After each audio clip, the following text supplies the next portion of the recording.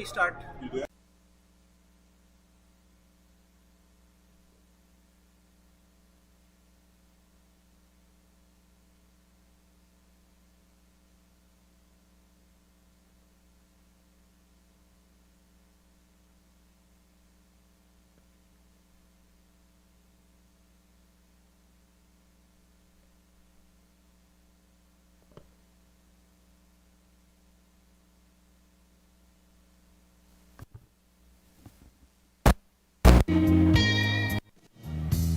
Cause you've been making up your face just to show me all the things that you ain't, that you ain't.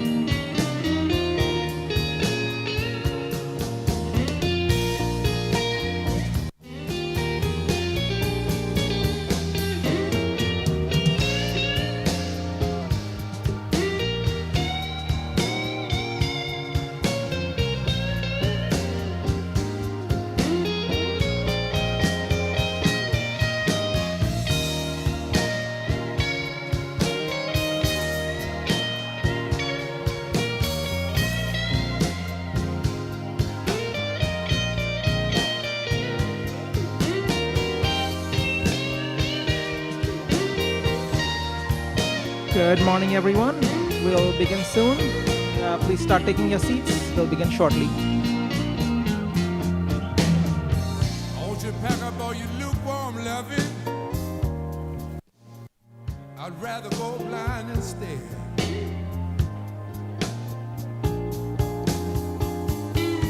Yes, you're a high-priced woman with lukewarm loving. Little girl, don't you know I'd rather be blind instead.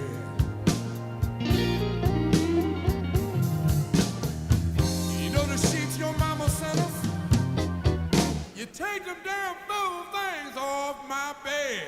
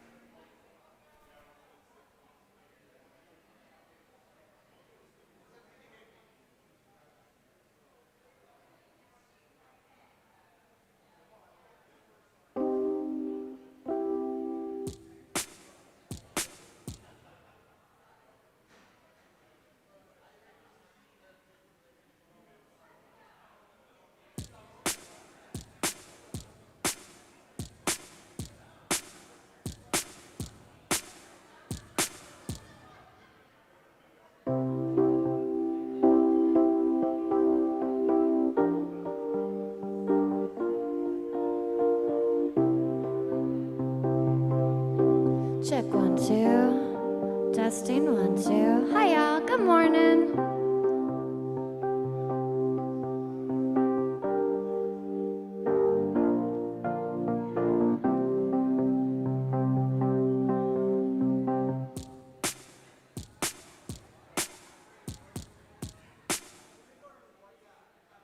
Check 1, 2. Check 1, 2. Testing 1, 2.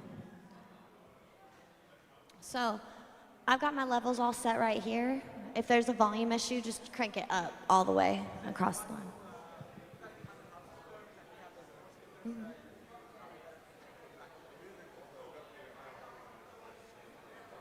Okay.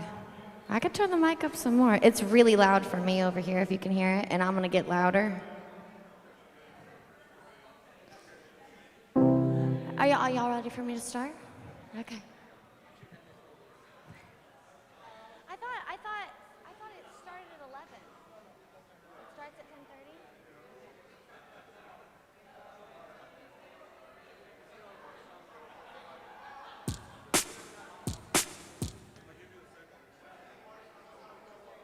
Okay. Yeah.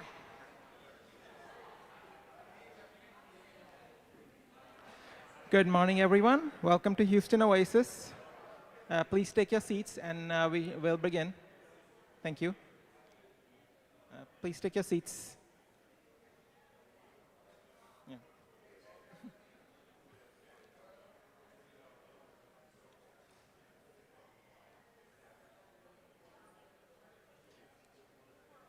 Good? Yep. All right. Welcome to Houston Oasis. My name is Abhishek Mathur, and I'm one of the board members here at Houston Oasis. We've been meeting in this as a community for over 10 years now, and we are Houston's very own secular community. We have some of our core values behind me here. Some of them I like to mention here. Human hands solve human problems, and reality is known through reason. We have a great program for you today. We have our musical guest, Chelsea Beach. And then we're going to have a community moment from Aaron Laughlin.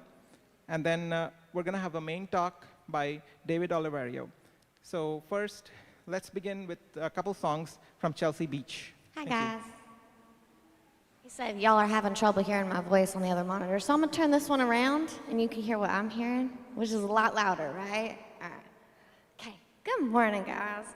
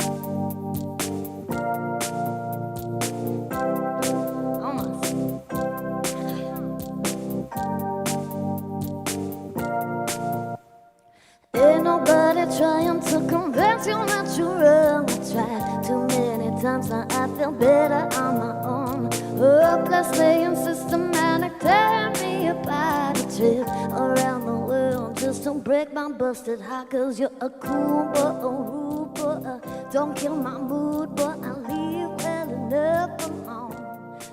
Yeah, you're a cool boy, a rude boy.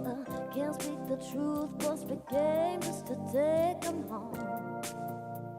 Sorry's coming at me, so I'm sure that you're on. These people gotta wonder why I can't leave you alone. Shocked to find me 2 weeks later, you're not on your own. They say she's on the phone, and I better hit the road. Cause you're a cool boy, a rude boy.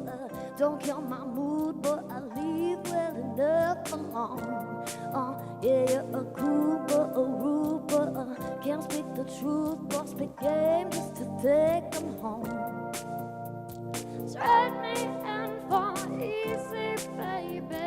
Don't be surprised, I ain't waiting. You can say that I'm insane. Could I kiss your friends just to rub your face in it all?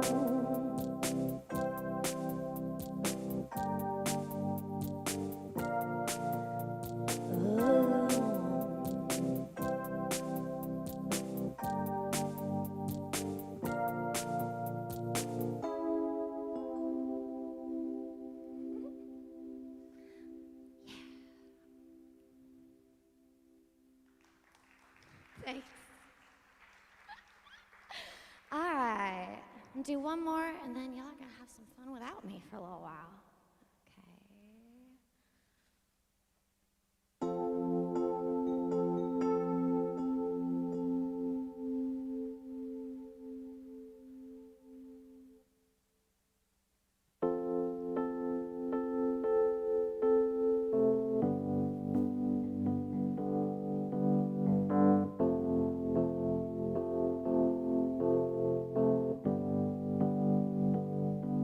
I don't think I've ever done all originals for y'all before. I think I've always done covers, like Fleetwood Mac and stuff. This is fun.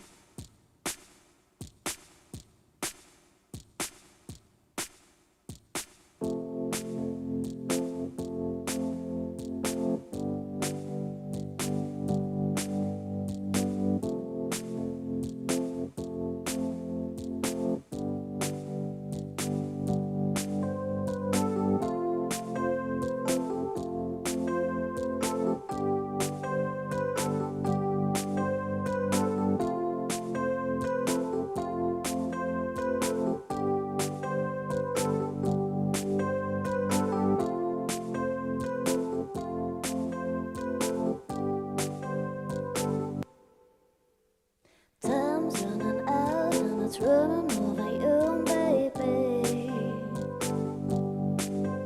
You're rocking all around like you ain't got nowhere to be. You're lucky, lucky, lucky, but you're never, never, ever gonna see. The time's running out and it's running over you, baby. You can walk on the moon tonight.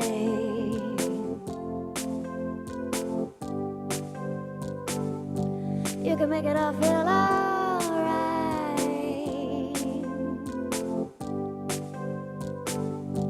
Not a care up in your side.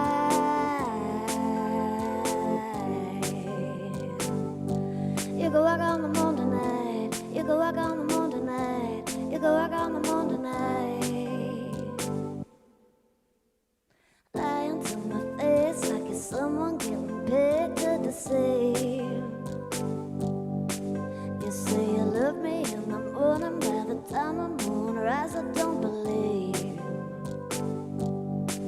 I think you did it just to hurt me, 'cause you think that if I love you, I won't leave. But time's running out and it's running over you, baby. Go and walk on the moon tonight.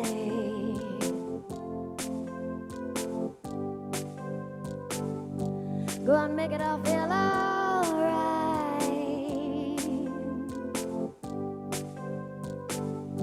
Not a gap in your side.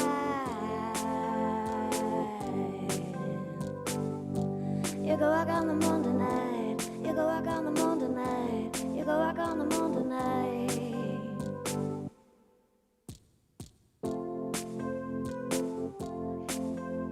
That's it for me, y'all. I'm gonna take a break now. Thank you, guys.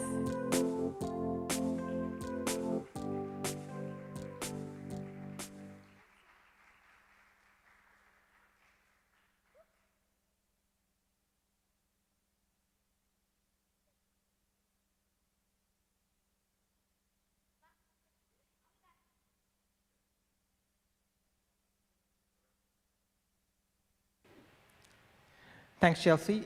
She'll be right back after the break. But first, we have a community moment from Aaron. And Aaron's been a long-time member of the community, and some of the setup he does in the morning as well. Aaron's going to speak on the Socratic method, please.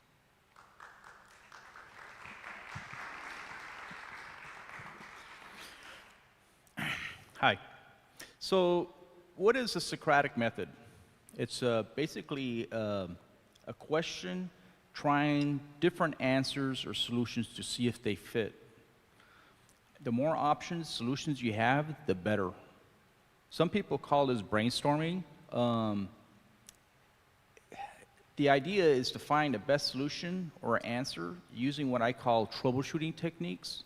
And it's like multiple choice tests where you can find the answers and you can guess the answers with the best, where the best answer wins. After the first, so what happens is, when you ask the question, you have different solutions, and you're trying to find which solution is the best fit to answer that. And there's different techniques. Some of these techniques are what I call paths, and some of these paths fit, and some of them don't. The ones that don't fit, I call dead ends, dead end paths.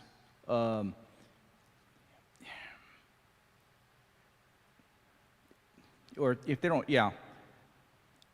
I don't always remember which path, the dead end paths. I tend to only remember the ones that fit. It's better to remember the dead end paths than it's kind of like showing your work in math. But anyways, the techniques for picking the best path, there's like different techniques. It's like simplification, probabilities, which is the more probable path. You can select a path that's by simplifying the answer. Sometimes I use what they call analogies, extrapolation, or interpolation, or inverses. You can, like, the inverse, like, for example, if tax breaks for the rich make the economy grow, that means the inverse should be true also. If you want to slow down the economy, you should increase taxes, right, on the rich, which is not true. So that would call that a dead-end path, right? It doesn't make sense. So giving rich people tax breaks is not true, right? Because the inverse is not true. Or rather, or it may be true, but if that's the case, why are we increasing interest rates to slow down the economy rather than increasing taxes on the rich? So there's just different ways of looking at things, and then trying to eliminate the different options, the solutions that you have. So let's start with, I'll start with a question, like, where does knowledge come from? A lot of times I'll define what knowledge is. There's different kinds of knowledge. There's linguistic, artistic, psychological, superstitious, religious, legal, sport knowledge, mythic knowledge, like myths. So we want to isolate which one is the real knowledge. Is it useful knowledge? Is it real? How does it help us?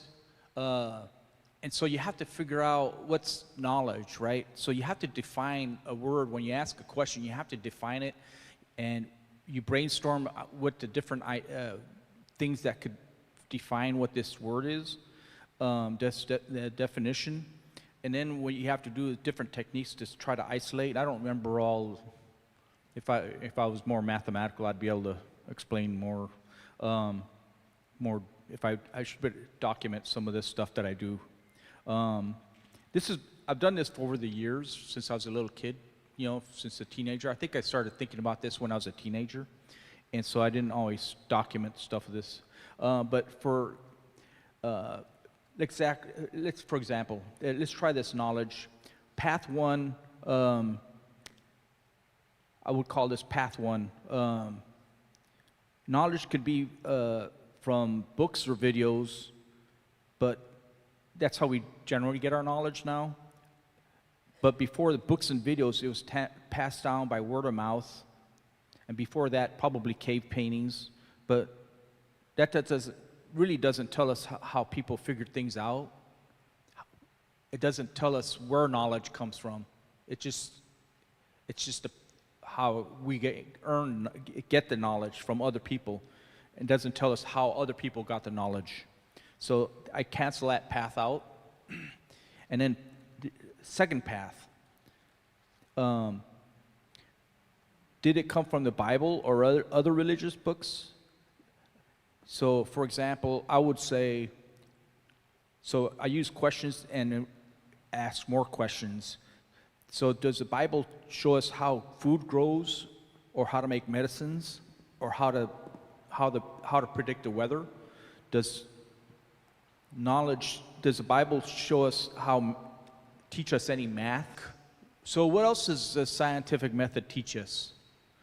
And you can apply it to different things. If science is a source of humanity's knowledge, where would that be what does it say about God or religion? Well, if you look at the scientific method, science could be also considered how you separate what's real and what's not real by experimentation, by trial and error. So according to science, they haven't been able to find a God to actually experiment on or test. So therefore, it would be a hypothesis. It hasn't been proven yet. And the same with maybe communism would not be, it's also another hypothesis. It hasn't been proven. Several different societies, Asian, Latin, I guess you could, or Slavic, I guess you could say. It's also communism has not been proven either by trial and error. Several different societies have tried it. It's not proven. So that's what the Socratic method would say about different things, and you can apply it to economics, politics. You can apply it to technology. A lot of people only use science on technology. We don't apply it to politics and sociology. We should be. We are kind of applying it to sociology to a certain degree, evolutionary psychology. It's being applied to evolutionary psychology. So there's a lot of ins and outs with the use of the Socratic method. I think it's one of the more important sources of our knowledge. For example, before you even do an experiment, you have to think about what is the experiment. These are Socratic questions. What experiment are you going to conduct? How are you going to conduct it? What if it doesn't prove what I'm looking for? Can we do another experiment? How do we modify it? And there's different ways of doing this. And so when people say scientific method, I think they're also including, without realizing, the Socratic method is the question. Science is the answer to the question or the proof to the question. They include the Socratic method without even realizing it.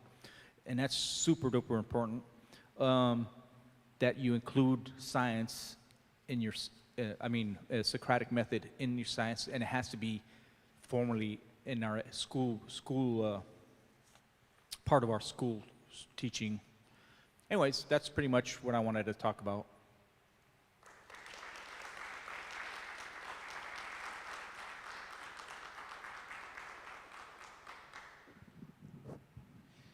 Thanks, Aaron. That was great.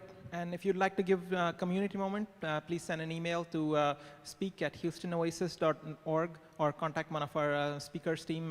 Terry's back there, I see, and we have Jake as well. If you want to sign up for a community moment, which is a short 10-minute presentation by the community members, please go to the back and sign up. Before we break for coffee, I'd like to bring up Alexis, who's the president of the board of directors, for a short announcement.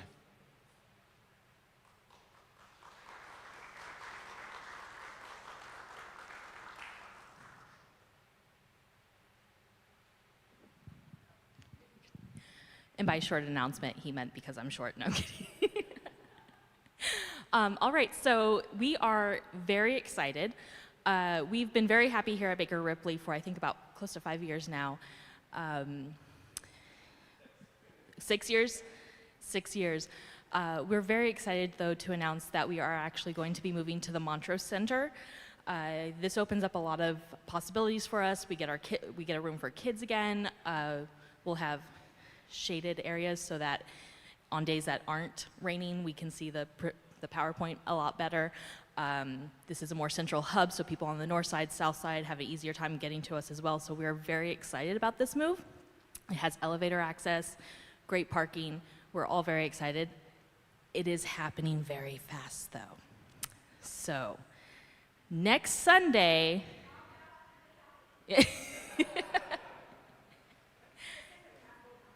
yeah, we're going now, no. Next Sunday, we will be meeting at the Montrose Center. So we will not be here, we'll be there.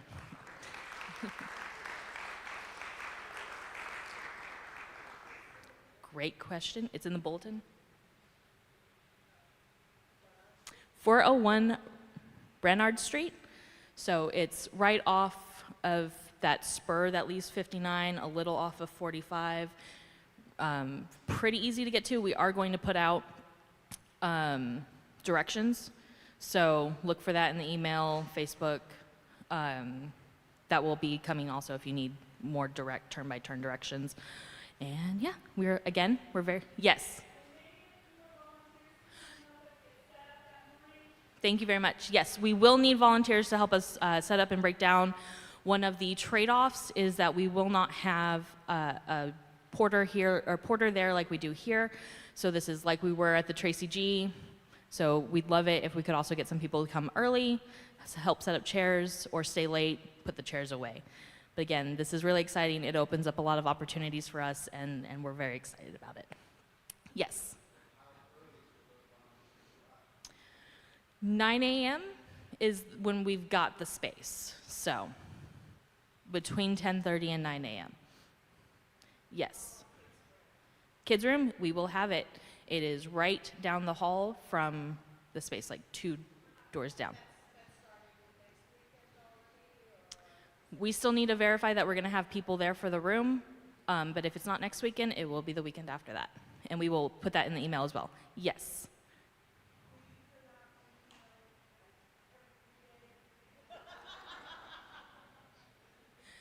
No. I will put out twice a day. I will send it out more than just the usual weekly one. Say that one more time. Oh, and we will be posting it on social media too. Stephen.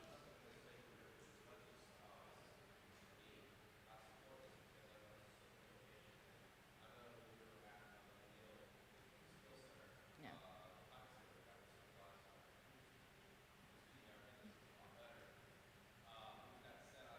And opens up some other possibilities for us.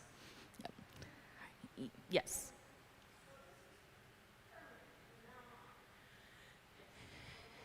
For the foreseeable future, yes. So Meetup still says it. We haven't changed it yet because we didn't want to surprise people with confusion before we announced it here. Yeah. So expect to see that change happening very soon.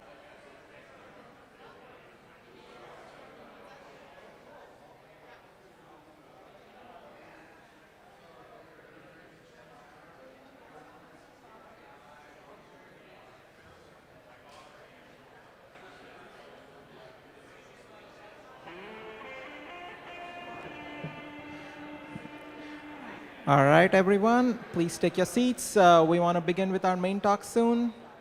Please take your seats. Thank you.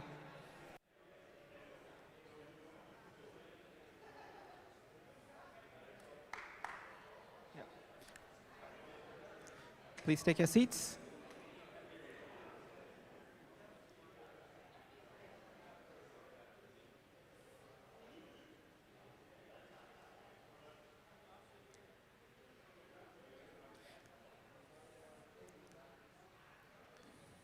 We should be able to continue our conversations after as well as during lunchtime. Let's first begin with our main talk. Today's main talk is given by David Oliverio, who's a former Pentecostal preacher who became a secular humanist and a Houston Oasian. His talk is entitled Embracing Pluralism and Finding Common Ground with Others. He draws on his experience from both sides of the religious fence, where he came to appreciate the commonalities of humanity. With no further ado, David Oliverio. Thank you. Testing 1, 2. All right, good to see everybody this morning. Boy, exciting times here at Oasis. Oh, I'm sorry.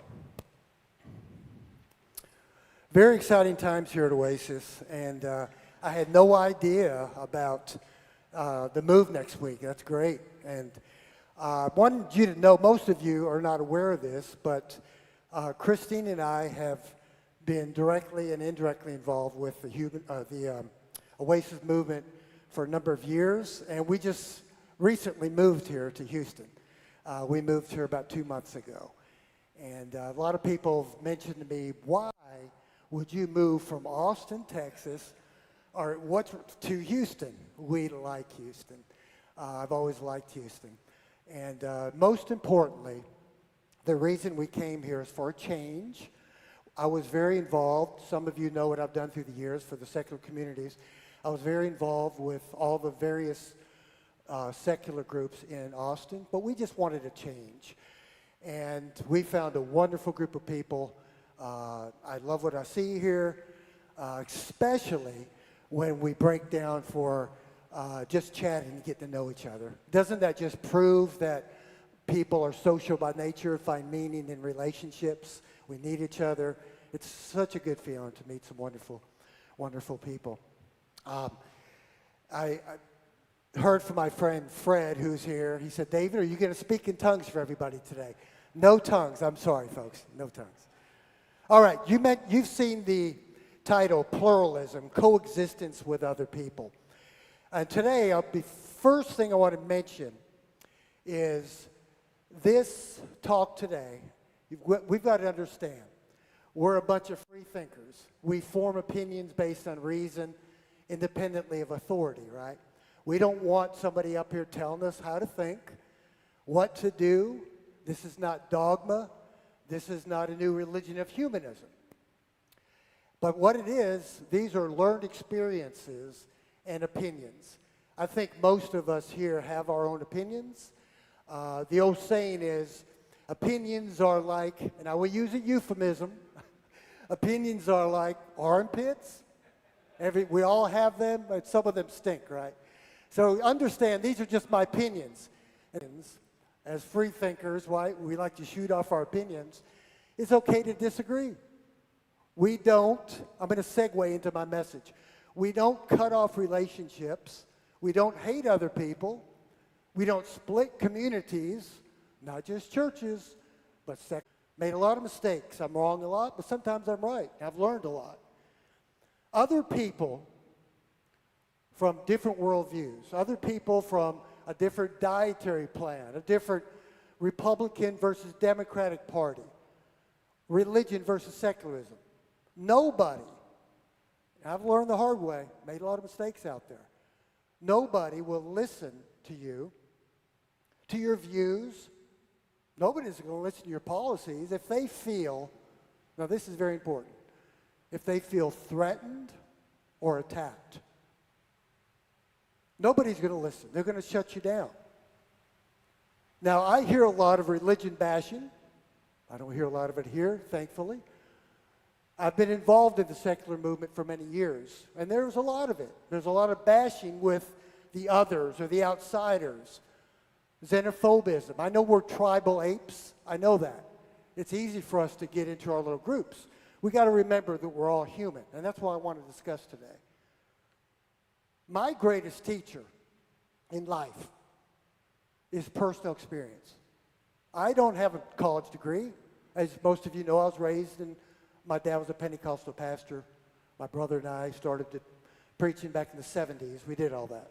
We were raised to really not pursue reason, but it was more just Jesus and God. But my greatest teacher was not getting a college degree, which is all good. My wife, Christine, has a college degree. My two late 30-something-year-old children have degrees. Many people here do. I love that. That's great. I'm an avid reader myself. But most of my lessons in life came from personal experience being, and I should have titled this today, being out of one's bubble. Any Seinfeld fanatics here? The show Seinfeld? I can't get enough of it. Remember the Bubble Boy? The Bubble Boy episode, right? We have these confirmation bias bubbles that many of us are prone to do, right? The echo chamber bubble, if you will. Everybody does it. We can't just point our fingers at religious people or Republicans or vegans. We all do that. But being out of the bubble taught me a lot of things about humanity, about finding common grounds and the shared commonalities of humanity. Now, oh man, you're gonna see my real passion in this, because I'm kind of a softie, I want to warn you. I write music, I play piano, hopefully I'm teaching myself how to sing. One of these days I'll get to perform my songs. But if you hear the songs and my talks, you're gonna hear a lot of passion in this. And I guess I could blame my Italian roots, and my grandparents were saying, hey, David, eat your pasta, you're too skinny. Maybe it's my Italian roots or all the olive oil and pasta I used to eat as a child that gives me this drive and this passion. So I started being out of my bubble after I left Christianity back in 1989, 1990. But it started back in about 10, 15 years ago when I started doing the things that some of you know I've done for years. Going out with signs on the weekend, normalizing secularism, passing out literature for all the groups, feeding the homeless people on Saturday mornings. I did my Preaching Humanist show at the Atheist Community of Austin for many years. Tabling, I used to take teams with me to Georgetown market days, set up tables, out of my bubble, talking to people right next to me, the booth, from Christian churches, learning to find common ground with people. Nobody's ever going to listen to you and your view unless they like you and they trust you. I have learned that. I used to take teams with me to the state capitol with our signs, San Antonio, Alamo. But most of that's irrelevant to you all. Very few people here would ever want to do what this crazy guy did for years, being out there taking some abuse. Oh yeah. Never wanted to tell Christine, but I was threatened many times. I've had trash thrown at me a couple times. But it does occur. But the true story is, the majority of people that I talked to out there were very kind. I don't know how many Christians came up to me and hugged me and said they appreciate me being out there trying to normalize it. Just say we're all human. Let's love each other. Let's not look at all the differences. My greatest lesson about this coexistence with people from other worldviews came from my in-home personal training. I've been in the fitness realm for many years. After I quit preaching 30-something years ago, 40-something years ago, whenever it was, I had to do something, right? So I had a personal training business, and I just retired last summer. I told my clients, bye, y'all. I don't want to work anymore. It was a wonderful business I had. I used to go into my clients' homes, into their bubble. Many of my clients were older, and the majority of them were either very conservative Republicans, very Christian. I've also had fellow secularists, fellow liberals, all kinds of people. Now let me tell you about Beverly. Beverly was a 70-something-year-old lady, one of my favorite clients. We trained together for 5 years until COVID. And Beverly understood that she was allowing a personal trainer who was a non-believer. She knew about me from her neighbor. She heard about me. That's how I got her as a new client, referrals. She wasn't real happy about me being an atheist, a secular humanist, a non-believer. But she hired me anyways. Beverly started out in not a very good relationship. She wasn't happy with me being secular, but she hired me anyways. Long story short, I used her as a case study. It started out tough. A few months later, she started opening up to me, and I just loved her. I was just kind. I treated her with respect because she was a sweet lady. We just had different views on politics and religion. And what did we talk about, David? What do you talk to somebody about when you find common ground, the commonalities of humanity that are abundant and plentiful if we just look for them? We talked about our kids and our grandkids. We talked about the weather. We talked about sports. We talked about things that she liked to do. Everything pretty much but religion and politics. She told me one day when I was standing over her, I used to stretch my clients after the workout. And I'd say, Beverly, did you stretch today? She goes, no. And I'd say, bad client. You're grounded, young lady. I used to have a lot of fun with my clients. Just having fun. She looked up at me as she was lying on her back, and I was stretching her hamstrings. Those of you people that understand stretching and fitness, right? And she said, David, we need to talk. I said, oh, okay. I'll sit down. She goes, I think I owe you an apology. I started out very rude to you a few months ago, but I've learned to love you as a human being in spite of our differences. Now, did I change her mind? Did I attempt to deconstruct her faith in God? Evangelical Christian. No, I didn't. I knew she wouldn't change. She knows I'm not going to change. But we found those commonalities in humanity. Now, one of the many songs that I've written through the years, when I ever teach myself how to sing, I'll perform it hopefully here one day, is called Common Ground. And I'll quote it real quick. You and I don't see eye to eye. How do we live with our differences? You see red, I see blue. Let's find common ground. Key of G, C, D7, boogie woogie, kind of the baby boomer boogie woogie blues, I call it. I have a lot of songs like that. The chorus, we share our humanity, similar in so many ways. Let us attempt to live together to make the world more peaceful every day. Second verse, the differences are clear. We will not adhere to each other's philosophy. You turn right, I turn left. Let's just try to find common ground. I've done it with so many clients. I was a personal trainer for 16 years until last year. Hundreds of stories for you. I can only pick a few. Now, I didn't try to change your mind. But I'll tell you what I changed. I've changed a lot of hardcore believers and speaking in humanist communities. They knew I used to be a Christian preacher. We found common ground. Vicki told me last year we were still doing Zoom training. They still felt uncomfortable because most of my clients welcomed me back in the home. They didn't need to wear the mask anymore about a year ago, whatever. And both of them said to me, David, we have learned to love you the last 12 years. We feel like you're a part of the family. I wasn't there to change their minds. You could bring a horse to the water, you can't make it drink. I can give you my take on arguing with faith, my opinion. Some of you may disagree, just be nice. If you disagree, it's okay. Christina and I don't get divorced if we disagree on something, right? But I'll save that for some other time, maybe my take on that. And I forgot to mention this. I'm not talking about contingencies today. I understand that we do have to push back in some areas. We heard that last week. I do understand that some of you are political activists. We've got to keep church-state separate, no doubt.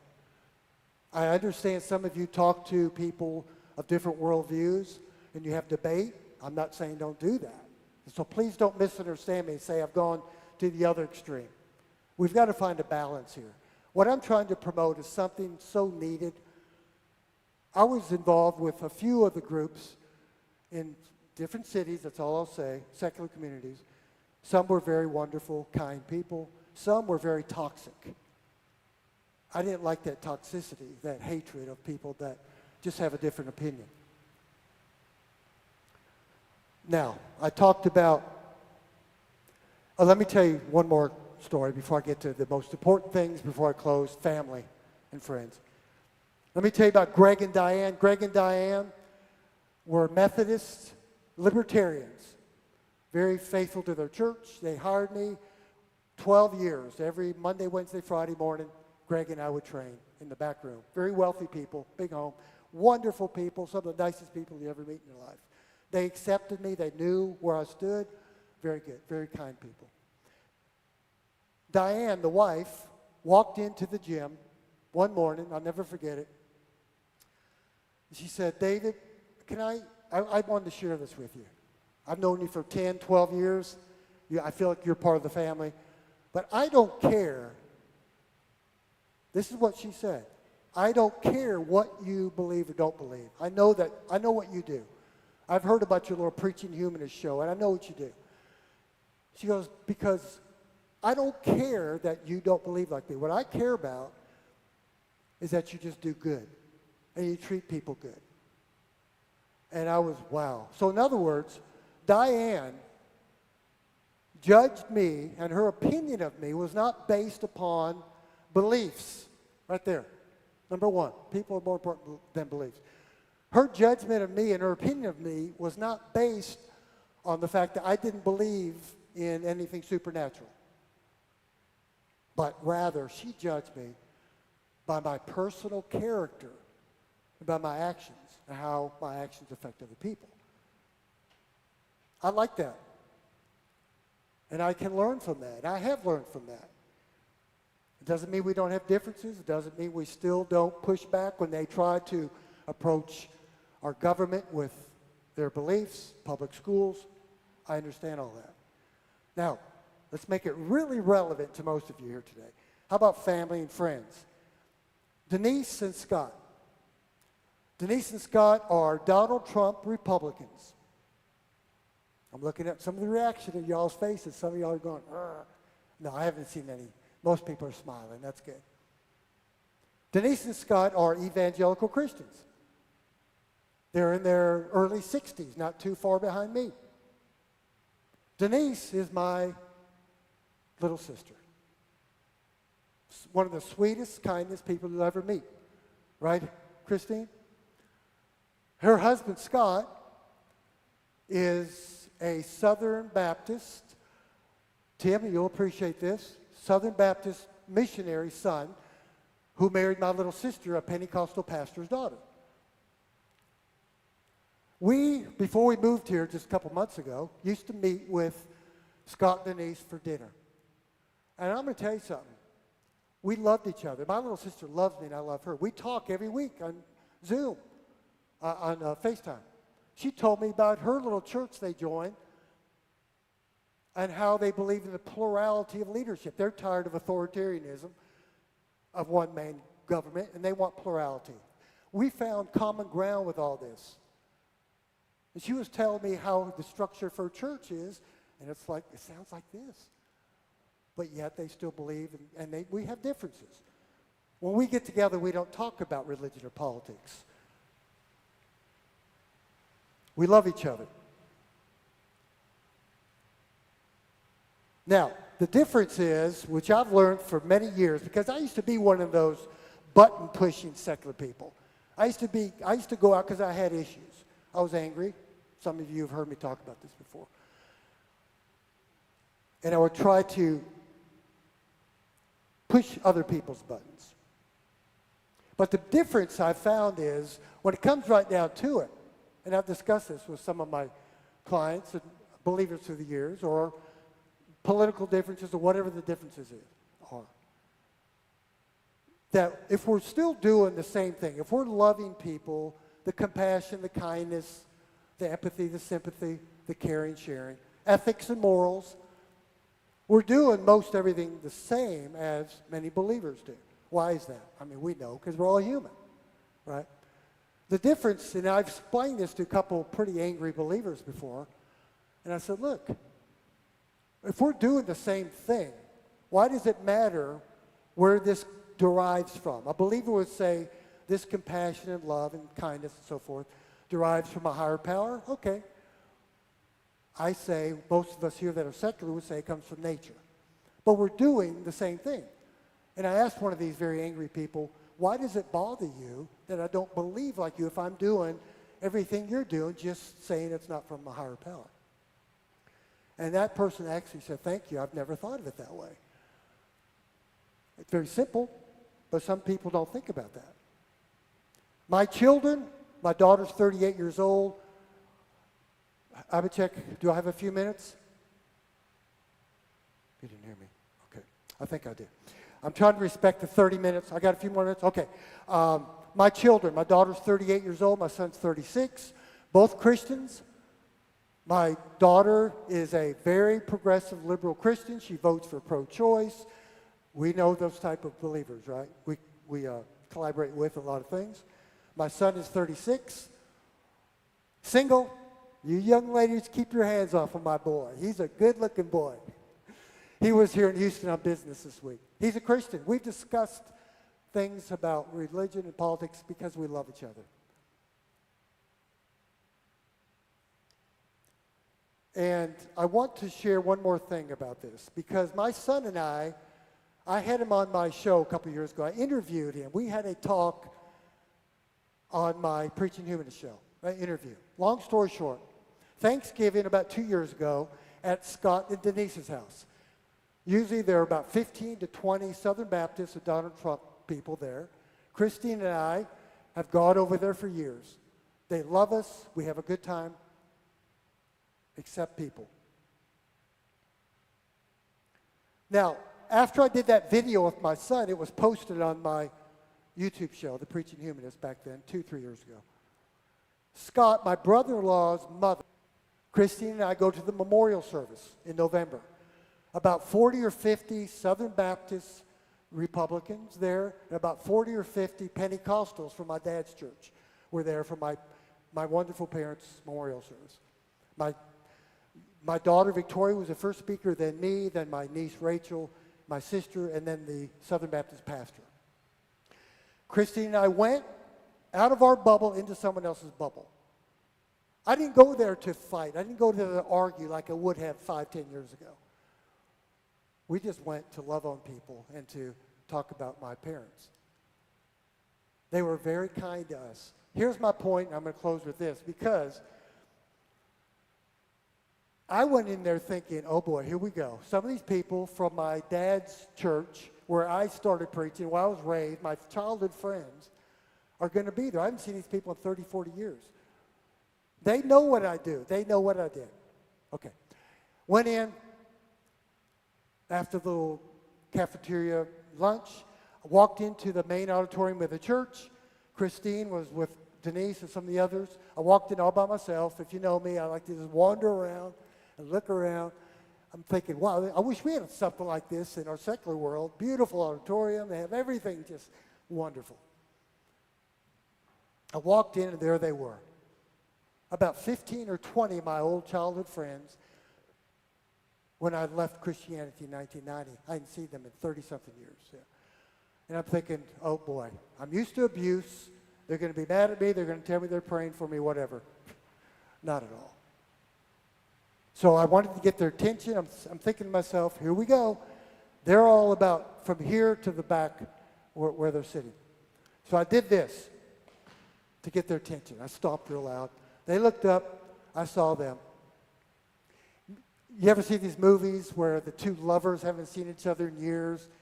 They're on the beach, and the sentimental music's playing, and the film is in slow motion, and they're running to each other, and the girl's hair is flowing, and they grab each other, and they jump up and down, you know, and hug and love. Here we have these people from a complete different worldview. They looked at me, and it was almost like that. We came, hugged each other. They said, Dave, it's so good to see you. I didn't hear any God bombs or anything. They were just here to talk about my parents. I spoke. Things went well. Again, I want to recap. again, if we want people to understand what a secular person is, what do we do? How do we act? Are we monsters like some people say we are?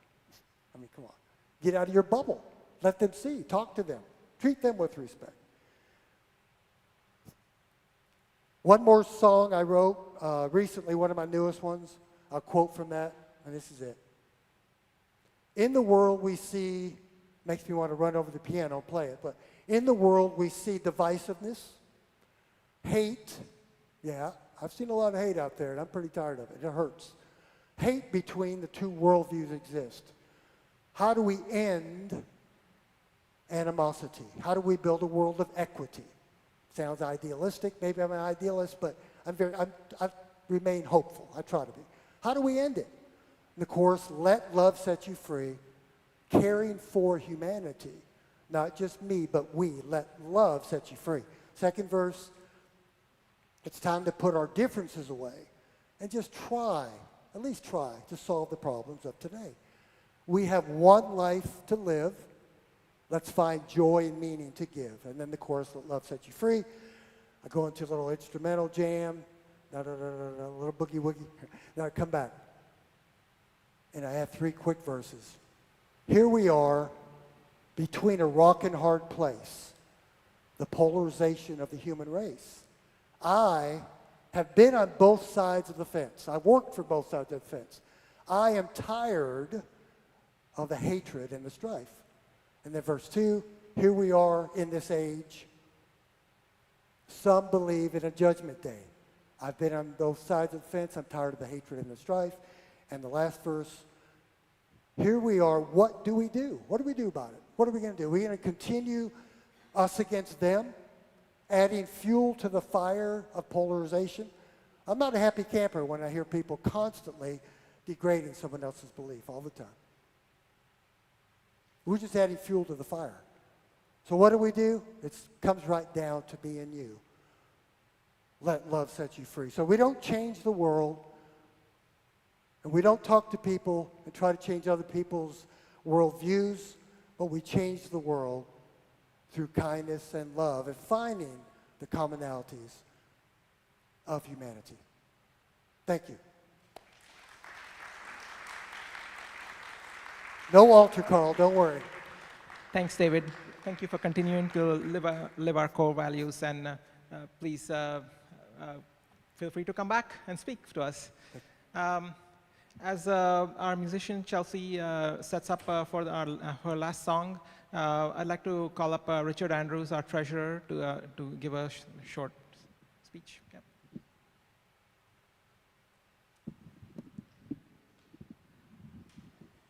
Hi, y'all. Don't worry, this will be short, unless you're a millionaire, in which case I want to have a long conversation with you. But don't forget, we have a black hat in the back. You can drop a little love in. Some of you have already done that. And we have a QR code. I think the one on the back of the bulletin is the one that, that makes it easy if you're able to part with a couple dollars. And if you're not able to, don't worry about it. We just love having you here. Thank you. Take it away, Chelsea.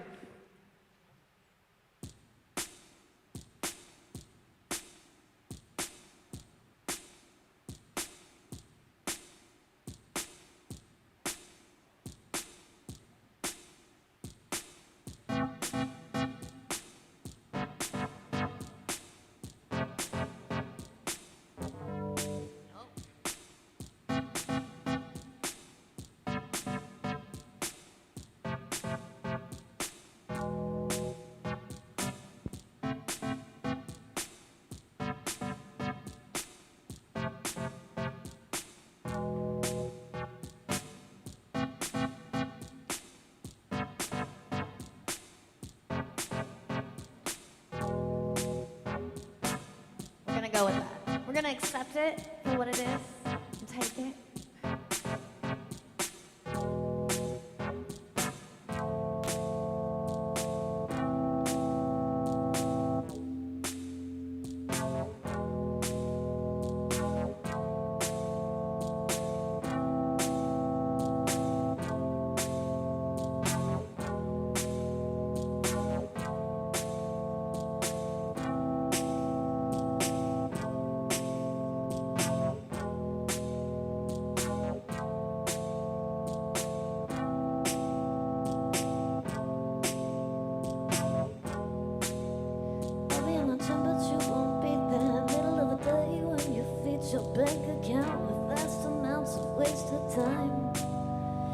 had to dream, but your chicken could have had me in your kitchen.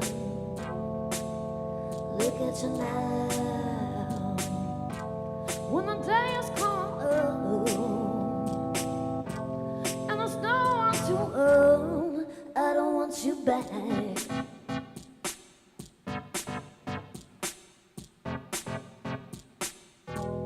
No, I don't want you back.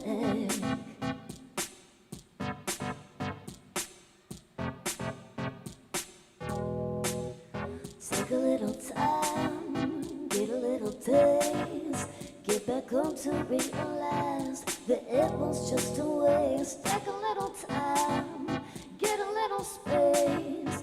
Maybe when I'm ready, someone else will take my case. Ooh, ah, it's like I'm waiting on the man on the moon to come down. I said, ooh, where are you now, babe? Where are you now? When the day is cold and there's no one to own, I don't want you back.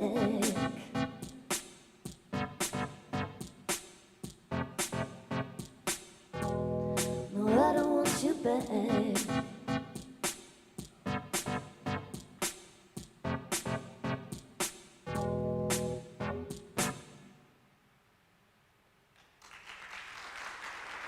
Thanks, y'all.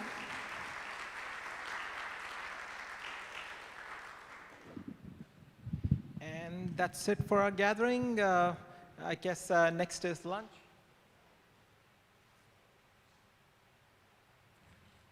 So lunch today is at Busy Boy Restaurant on Hillcroft. Please feel free to come over and join the conversation and continue it. And you can talk to our speakers today. Thank you to David Oliverio and Aaron for giving the talks today, and Chelsea Beach for excellent music. We will be back next week, but please remember to go to the Montrose Center, not here, the Montrose Center, and the address is on your bulletins here or on social media as well. We're posting them as we speak, and we'll send them out. We'll send out reminders as well during the week. We promise not to spam you, but we will send out reminders. Don't worry. Thank you. See you. Thank you.